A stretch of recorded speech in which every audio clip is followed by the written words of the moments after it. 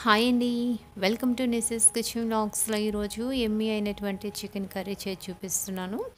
దానికి నేను ముందుగా కొంచెం ఆయిల్ తీసుకున్నాను.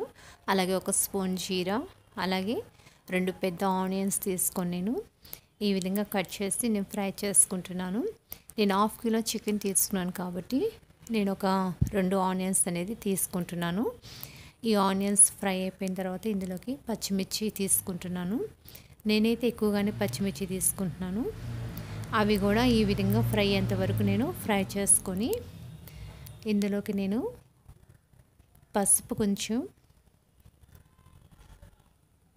అలాగే ఇందులోకి ఇంట్లో రెడీ చేసినటువంటి చికెన్ మసాలా కొంచెం, దీనిలోకి అల్లం వెల్లుల్లి చెక్క మొగ్గ పేస్ట్ కొంచెం, అలాగే ఇందులోకి ఒక పెద్ద టమోటా అనేది నేను తీసుకుంటున్నాను. ఇది కూడా ఈ విధంగా కట్ చేసుకొని నేను తీసుకుంటున్నాను. ఇప్పుడు వీటన్నిటిని కూడా ఒకసారి కలుపుకుంటున్నాను. ఇవి మనకి కొంచెం మగ్గితే చాలు, ఈ కర్రీ అనేది చాలా టేస్ట్గా ఉండిద్ది. ఈ విధంగా ఒక 5 మినిట్స్ మనం ఈ విధంగా కలుపుకొని అంతా కూడా ఆ టమోటాలో ఉన్నటువంటి వాటర్ అయితే కొంచెం బయటకు వస్తే చాలు మనకి. ఇప్పుడే నేను రుచికి సరిపడినటువంటి కారం కూడా తీసుకుంటున్నాను. చూడండి, ఈ విధంగా కారం కూడా తీసుకుంటున్నాను. మిర్చి ఎక్కువ వేసాను కాబట్టి కారం అయితే నేను సరిపడినంతే వేసుకుంటున్నాను. మీరు స్పైసీగా కావాలనుకుంటే ఎక్కువగా కూడా వేసుకోవచ్చు. ఈ విధంగా కారం వేసుకున్న తర్వాత నేను ఇప్పుడే కర్రీకి సరిపడినటువంటి ఉప్పును కూడా తీసుకుంటున్నాను. నేనైతే పెద్ద ఉప్పుని తీసుకుంటున్నాను. ఇది కూడా వేసి చక్కగా అంతా కలిపేసి ముందుగా రెడీ చేసి పెట్టుకున్నటువంటి అంటే చికెన్కి కొంచెం ఉప్పు వేసి దాన్ని శుభ్రం కడిగి పెట్టుకున్నాను. ఇప్పుడు ఈ 1/2 కిలో చికెన్ని నేను ఇందులోకి తీసుకుంటున్నాను.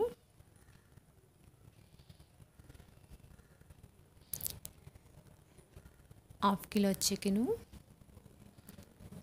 ఇప్పుడు ఇందులో వేసుకుంటున్నాను.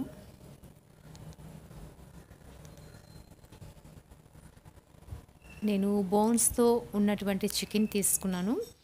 బోన్స్ అయితేనే ఈ కర్రీకి చాలా టేస్ట్గా ఉండిద్ది. ఇప్పుడు ఇదంతా కూడా కలుపుకొని ఒక 10 నిమిషాలు మూత పెట్టేసి నేను ఉడికించుకుంటాను. నేనైతే వాటర్ అనేది తీసుకోవట్లేదు. వాటర్ లేకుండానే ఇదంతా కూడా చక్కగా ఉడికిపోతుంది. ఒక 10 నిమిషాల తర్వాత నాకైతే ఇదైతే సగం అయితే ఉడికిపోయినట్లే నాకు అనిపిస్తుంది. చూడండి, ఈ విధంగా 10 నిమిషాల తర్వాత నాకు ఈ విధంగా ఉడికిపోయింది. ఇప్పుడు ఇదంతా కలుపుకున్న తర్వాత మనకి గ్రేవీ లాగా కనిపిస్తుంది చూడండి. ఈ టైంలో ఉన్నప్పుడే ఇదంతా కలుపుకున్న తర్వాత చూడండి, మనకి గ్రేవీగా ఆ పీస్కి అంతా ఉప్పు కారం అనేది అంతా కూడా పట్టేసి మనకి చాలా నీట్గా వచ్చేసింది. అలాగే ఇందులోకి ఇంకొంచెము చికెన్ మసాలా తీసుకుంటున్నాను. అలాగే ఇంట్లో చేసినటువంటి మసాలా, అల్లం వెల్లుల్లి పేస్ట్, తర్వాత ఇంకొక టమోటో, ఒక పెద్ద టమోటా తీసుకుంటున్నాను. ముందు ఒక టమోటా వేసాను, ఇప్పుడు ఒక టమోటా తీసుకుంటున్నాను.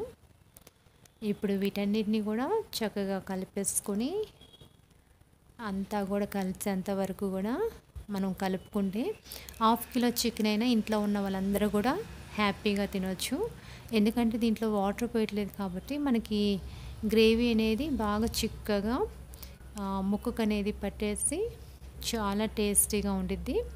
దీనిలోకి నేను ఇంకొంచెం సాల్ట్ అనేది తీసుకుంటున్నాను. నాకైతే సాల్ట్ తక్కువైపోయింది.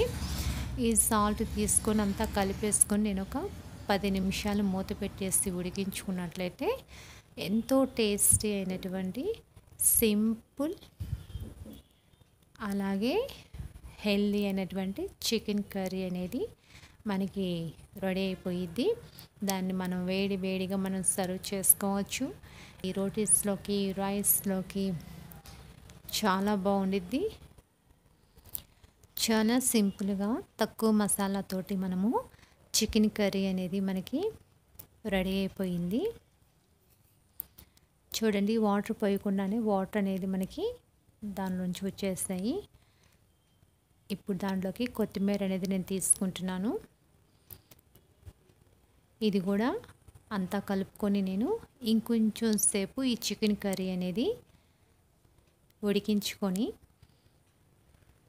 నేను సర్వ్ చేసుకుంటాను. చూడండి, నాకైతే ఈ విధంగా ఆయిల్ అంతా పైకి కనిపిస్తూ అంతా రెడీ అయిపోయింది. ఇప్పుడు చికెన్ అనేది మనకి రెడీ అయిపోయినట్టే కదండి. వెయిట్ ఇందులోకి నేను మంచి టేస్ట్ కోసము, అలాగే మంచి ఫ్లేవర్ కోసము ఇంకొకటి అంటే పుదీనా ఆకులు నేను తీసుకుంటున్నాను. ఇది వేయటం వల్ల మనకి టేస్ట్ అనేది చాలా బాగుంటుంది. అలాగే ఫ్లేవర్ కూడా మంచిగా వస్తూ మనకి ఎంతో టేస్టీ అయినటువంటి చికెన్ కర్రీ అనేది మనకి రెడీ అయిపోయింది. 1/2 కిలో చికెన్ అయినా ఇంట్లో అందరూ కూడా చక్కగా తినొచ్చు. హెల్త్కి చాలా మంచిది. చేయటం చాలా ఈజీ. ఒక్కసారి ట్రై చేయండి. మీ చికెన్ కర్రీ ఏ విధంగా వచ్చిందో నాకు కామెంట్ రూపంలో తెలియచేయండి. Thank you for watching.